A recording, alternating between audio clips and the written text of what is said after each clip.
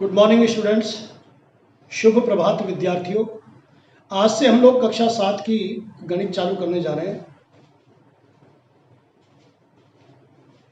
Corona के चलते यानी कि कोविड-19 के चलते ऑफलाइन क्लासेज अभी चालू नहीं हुई है, यानी कि स्कूल में क्लासेज अभी चालू नहीं हुई है।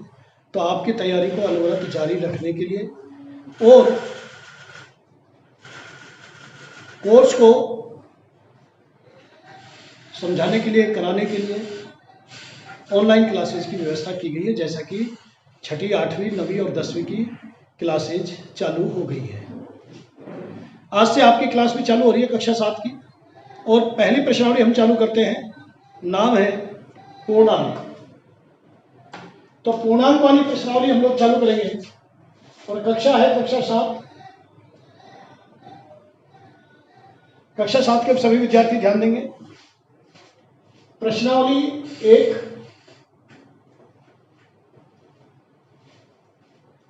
और प्रश्नावली का नाम है पूर्णांक।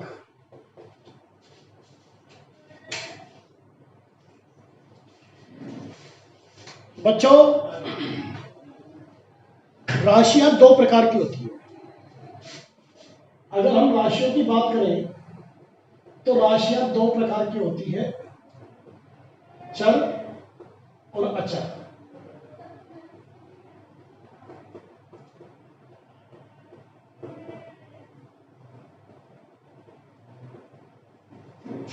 इनके बारे में आपको जैसे जैसे अगली क्लासेज में टॉपिक आते जाएंगे मैं समझाता जाऊंगा।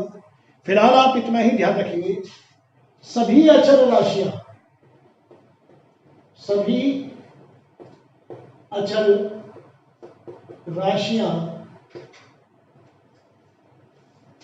सभी अचर राशियां वास्तविक संख्याएं होती है। वास्तविक संख्याएं होती हैं।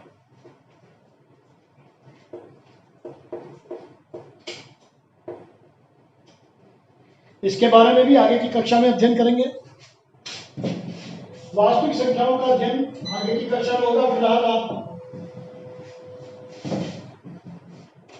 ये देखें कि ये वास्तविक संख्याएं दो प्रकार की होती हैं, परिमेय और अपरिमेय, जो आगे बताएंगे। अचर राशियों को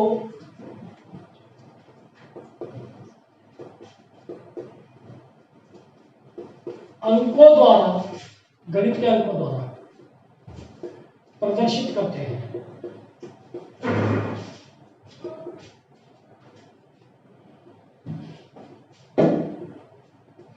जैसे 1, 2, 5, 7, 0, -1, 1/2, 0.5, √2 आदि। ये सभी अचर राशियां हैं।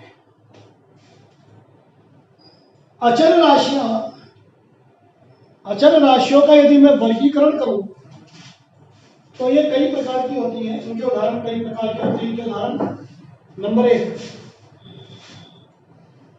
अचर राशियों के अंतर्गत आने वाली संख्याएं होती हैं। सबसे पहले प्राकृत संख्या, इनको आप समझ लो अच्छी तरह।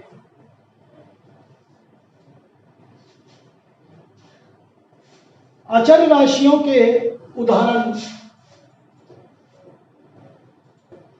4 हैं। पहला, प्राकृत संख्या, सभी प्राकृत संख्याएं अचर राशियां हैं। दूसरा, पूर्ण संख्या, सभी पूर्ण संख्याएं अचर राशियां हैं। तीसरा, पूर्णांक, जो कि हमारा टॉपिक है और यहां से हमारा कक्षा 7 चालू होगी। और चौथा, परिमेय संख्या।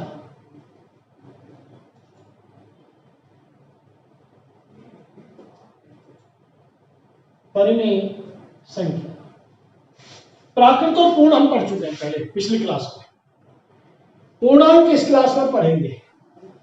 प्राकृत संख्या, इसको अंग्रेजी में कहते हैं नेचुरल नंबर, और प्रदर्शित करते हैं बड़े एन से। बड़ी एबीसीडी का जो एन होता है, यानी कि कैपिटल लेटर एन से प्रदर्शित करते हैं। अब इसके उदाहरण कौन से हैं? प्राकृत संख्या कौन कौन सी होती है? आप लोग गिनती बोलना जानते हैं, गिनती खूब अच्छी तरह जानते हैं।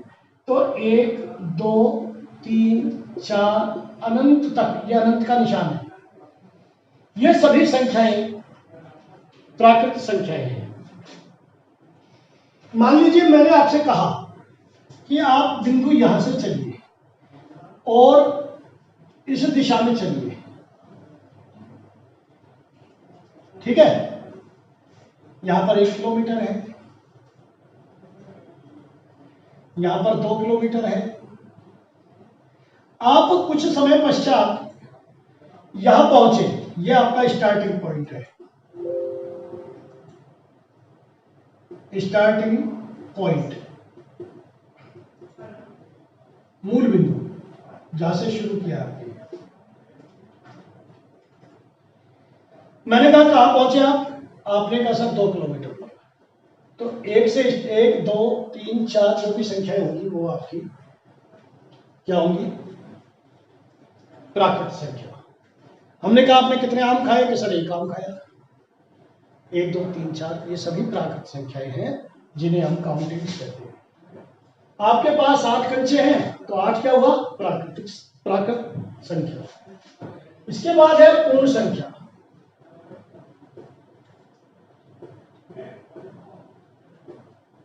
इसको अंग्रेजी में कहते हैं होल नंबर, W से प्रदर्शित करते हैं, WHOLE, whole number.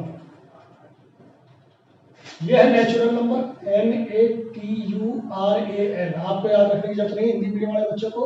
Natural number NUMBER, और यह है होल नंबर, WHOLENUMBER।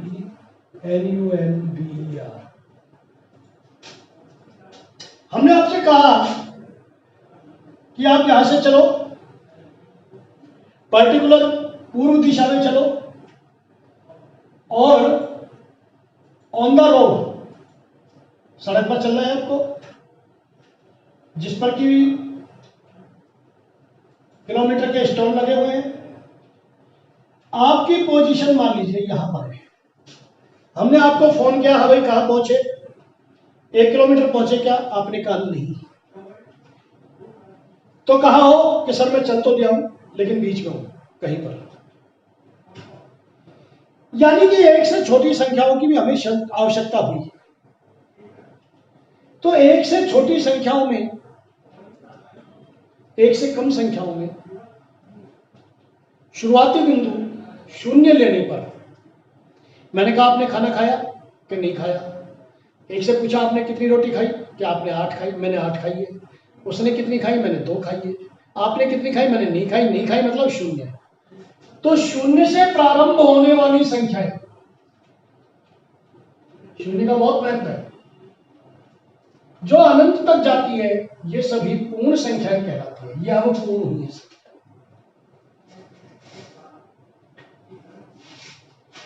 ठीक इसी प्रकार हमने आपसे कहा कि आप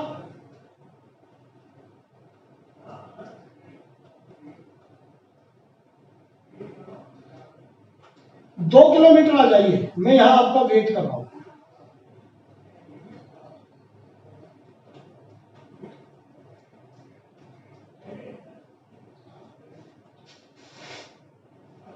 हमने आपसे कहा कि आप 2 किलोमीटर आ जाइए दिल्ली रोड पर या किसी भी रोड पर, मैं आपका वेट कर रहा हूं। ये रोड एक ही रोड है। मैं यहां पर खड़ा हूं और आपने डायरेक्शन ये ले ली, आप यहां पहुंच गए। मैंने कहा भाई कहां पर हो, आपने कहा सर 2 किलोमीटर के किलोमीटर स्टोन पर। हमने कहा यहां तो मैं भी खड़ा हूं, आप तो हमें दिखाई नहीं दे रहे। मैंने कहा किस दिशा में हो आप, कि सर मैं पूर्व दिशा में हूं। अरे मैंने कहा तुम्हें पश्चिम दिशा में आना चाहिए। यानी कि आप 2 किलोमीटर तो चले लेकिन विपरीत दिशा में चले, और विपरीत दिशा का बोध कराने के लिए माइनस का चिन्ह प्रयोग किया जाता है। यह विपरीतता का चिन्ह होता है, अर्थात माइनस की संख्याओं की भी आवश्यकता होती है।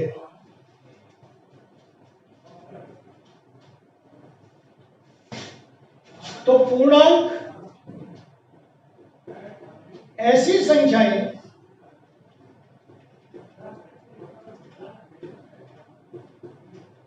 जिनमें इसको जेड से भी लिखते हैं और आई से भी लिखते हैं, इंटीजर्स।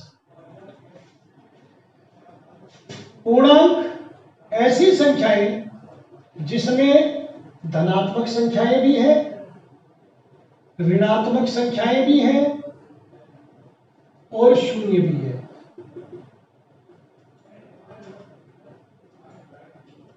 आई बात समझ में? धनात्मक भी, ऋणात्मक भी, शून्य भी। विभिन्न मौसम में जब आप समाचार देखते हैं टीवी चैनल्स पर और मौसम की जानकारी लेते हैं तो आप लोगों ने देखा होगा कई जगह धनात्मक टेम्परेचर दिखा जाता है और जहां पर बहुत अधिक ठंड पड़ रही है, बर्फ पड़ रही है, वहां पर ऋणात्मक टेम्परेचर भी होता है। जैसे भारत देश में सियाचिन ग्लेशियर पर हमेशा माइनस का टेम्परेचर रहता है और इवन लेह में भी, लेह के आसपास के जो क्षेत्र है द्रास वगैरह के, लेह के, वहाँ पर भी कई बार या अधिकतर माइनस का टेम्परेचर रहता है। मॉस्को में हमेशा ही माइनस का यानी कि ऋणात्मक टेम्परेचर रहता है। नॉर्वे में अक्सर जो है ऋणात्मक टेम्परेचर रहता है, यानी कि वहाँ हमेशा बर्फ जमी रहती है। जिन क्षेत्रों में बर्फ जमी रहती है वहाँ का टेम्परेचर ऋणात्मक होता है। तो यह हुआ पूर्णांक संख्याएं। पूर्णांक संख्याएं कौन सी होगी? धनात्मक संख्याएं, ऋणात्मक संख्याएं और शून्य, ये सभी पूर्णांक संख्याएं हैं। तो आपसे कोई पूछे पूर्णांक संख्याएं कौन सी होती है तो आप लिखेंगे धनात्मक संख्याएं, ऋणात्मक संख्याएं एवं शून्य, ये सभी पूर्णांक संख्याएं होती हैं। या धनात्मक पूर्ण संख्या एवं ऋणात्मक पूर्ण संख्या, ये सब धनात्मक पूर्ण है, ये ऋणात्मक पूर्ण है, ये सभी पूर्णांक होते हैं। शून्य का कोई चिन्ह नहीं होता, ये ध्यान रखना आप हमेशा। शून्य ना धनात्मक है और ना ही ऋणात्मक। हमेशा शून्य से सीधे हाथ की तरफ संख्याएं बड़ी होंगी और इनका चिन्ह होगा धनात्मक। शून्य के बाईं तरफ संख्याएं छोटी होती जाएंगी और चिन्ह होगा ऋणात्मक। बहुत ध्यान से देखते जाइए, जब आप इधर बढ़ेंगे तो बड़ी संख्याएं होंगी, इधर चलेंगे तो छोटी संख्याएं होंगी। और यही कारण है कि -3 -1 से कम है, छोटा है। -3 -1 से छोटा है, -5 -1 से छोटा है। सबसे बड़ी ऋणात्मक संख्या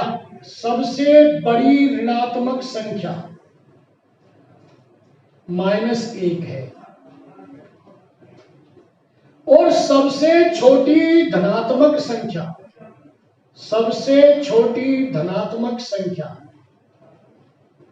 +1 है। ये सबसे छोटी धनात्मक है, इसके बाद तो फिर अनंत तक है और ये सबसे बड़ी है, घटते हुए क्रम में जाएंगे तो अनंत तक चली जाएंगे। तो पूर्णांक संख्याएं वो संख्याएं हुई जिनमें धनात्मक, ऋणात्मक सभी संख्याएं हो, सभी पूर्ण संख्याएं धनात्मक एवं ऋणात्मक चिन्ह के साथ हो और शून्य भी शामिल हो। शून्य का कोई चिन्ह नहीं होता, न धनात्मक न ऋणात्मक। अब मैं आपको कराता हूं बहुत ही इंपॉर्टेंट टॉपिक, पूर्णांकों के जोड़ बाकी। गुणा भाग जैसे ही होगा मैं आपको बता दूंगा। फिलहाल आप पूर्णांकों के जोड़ बाकी, आप ये राशियां वगैरह जो चर राशियां होती है, चर राशियों में वर्णमाला के अक्षर प्रयोग किए जाते हैं। जैसे राम की आयु माना x वर्ष, तो x क्या हुआ? एक चर राशि है, वेरिएबल है। अचर राशियों में सभी वास्तविक संख्याएं आई थी, जिनमें प्राकृत संख्या, पूर्ण और पूर्णांक, इसके अलावा परिमेय संख्या भी होती है, वो आपके आगे कक्षा में आएगी जब आपको बता देंगे। अब है पूर्णांकों के जोड़ बाकी। पूर्णांकों के जोड़ बाकी, सबसे पहले जोड़ देखें। दो पूर्णांकों को जोड़ते समय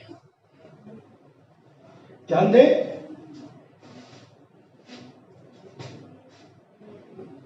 दो पूर्णांक लिए और संक्रिया की हमने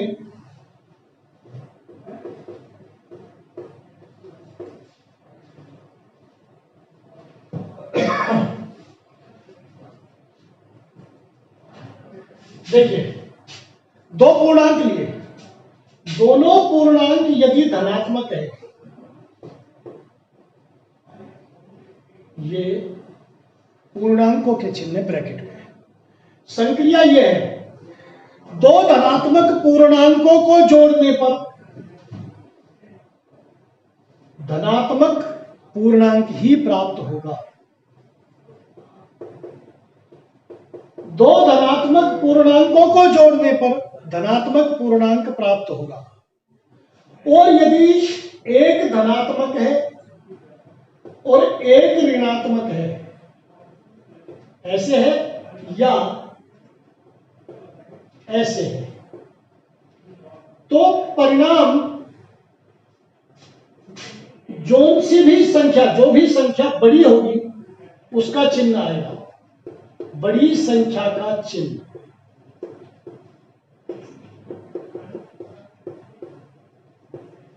+8 -5 है, प्लस का 8 है, माइनस का 5 है और इनको जोड़ना है, तो क्या हो जाएगा 8 - 5, तो ये होगा 3, बड़ी संख्या का चिन्ह। और -8 है और +5 है, तो कौन सी संख्या बड़ी है? माइनस की, तो उत्तर आएगा -3। अगर माइनस की संख्या में माइनस की संख्या जोड़नी हो, आप लोग विशेष ध्यान देंगे, आप लोगों ने, आपको एक चीज रटाई गई है कि माइनस माइनस प्लस होता है, नहीं, कभी नहीं होता, नेवर। माइनस माइनस प्लस होगा केवल गुणन की क्रिया में। माइनस की संख्या में माइनस की संख्या को जोड़ रहे हैं, मान लो मैं माइनस की संख्या को कहता हूं लंगूर, इतने लंगूर हैं, इतने लंगूर और आए, कितने लंगूर हो गए, दोनों को जोड़ देगा।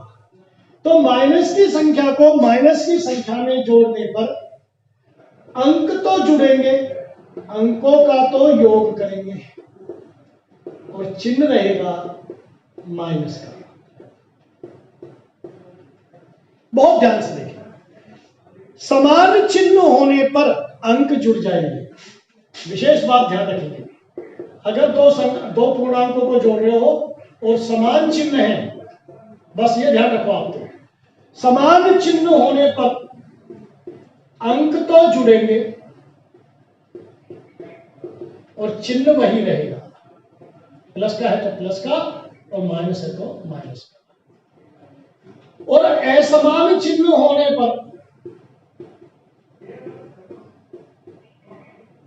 अंक तो घटेंगे आपस में, बड़ी संख्या में से छोटी संख्या को घटा दीजिए, अंक घटेंगे और चिन्ह बड़ी संख्या का होगा। इस बात को विशेष ध्यान रखिए। आगे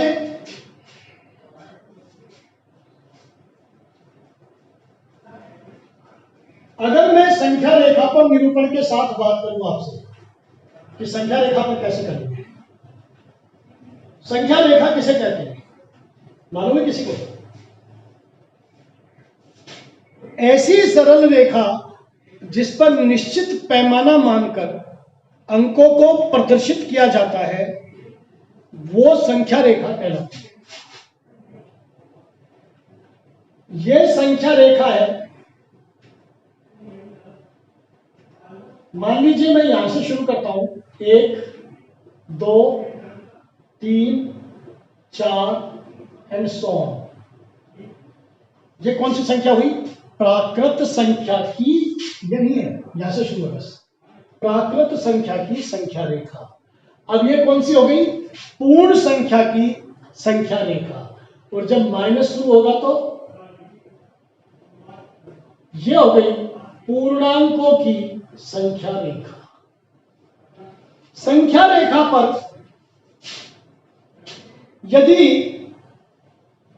जो धनात्मक पूर्णांक है शून्य से दाईं तरफ होंगे और क्रम रहेगा बड़ी।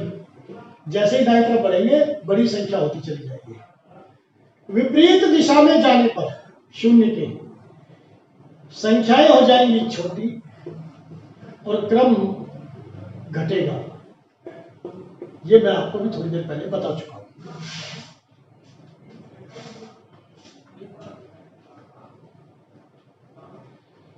अगर धनात्मक संख्या को संख्या रेखा पर जोड़ना हो किसी अंक में तो हम किधर बढ़ेंगे? दाईं तरफ।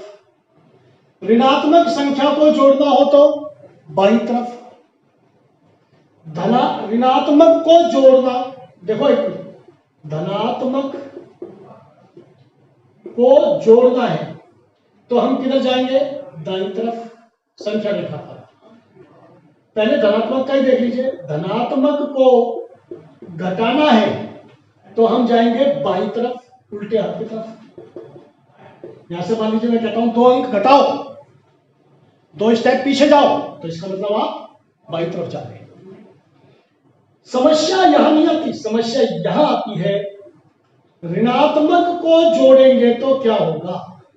ऋणात्मक जोड़ने पर आपको बाईं तरफ जाना है। किधर जाना है? बाईं तरफ। और ऋणात्मक को घटाना है, ऋणात्मक को घटाना है। जैसे मान लीजिए मैं कहता हूं -3 में से -2 को घटाइए, तो -2 और घटाना है तो आपको दाईं तरफ चलना पड़ेगा। यहां आएगा उत्तर में, तो आपको दाईं तरफ जाना है क्योंकि माइनस की संख्या को घटाने पर प्लस की बन जाती है और प्लस की डायरेक्शन सीधे आपकी तरफ। अब है मोस्ट इंपॉर्टेंट टॉपिक जो 8वीं में भी काम आएगा और आप जब तक गणित पढ़ेंगे तब तक काम आएगा, योज्य प्रतिलोम। ऐसे 2 अंक, इसकी परिभाषा पहले समझ लीजिए। परिभाषा, ऐसे 2 अंक जिनका योग 0 हो जाए, ऐसे 2 अंक जिनका योग 0 हो जाए एक दूसरे के योज्य प्रतिलोम कहलाते हैं। ऐसे 2 अंक जिनका योग 0 हो जाए एक दूसरे के योज्य प्रतिलोम कहलाते हैं। 8 में बताओ क्या जोड़ू कि ये 0 हो जाए? -8। -8 का योज्य प्रतिलोम क्या होगा? 8, यानी कि आपको चिन्ह बदलना है। कल आप यहां तक पढ़कर आएंगे। मैं आपको कल 1.1 प्रश्नावली कराऊंगा। 1.1 प्रश्नावली कल आपको तभी समझ में आएगी जब आप प्राकृत संख्या, पूर्ण संख्या, पूर्णांक और पूर्णांकों की चिन्हों के साथ जोड़ बाकी घर से पढ़कर आएंगे, जो मैंने आपको आज करा दी है। Thank you very much.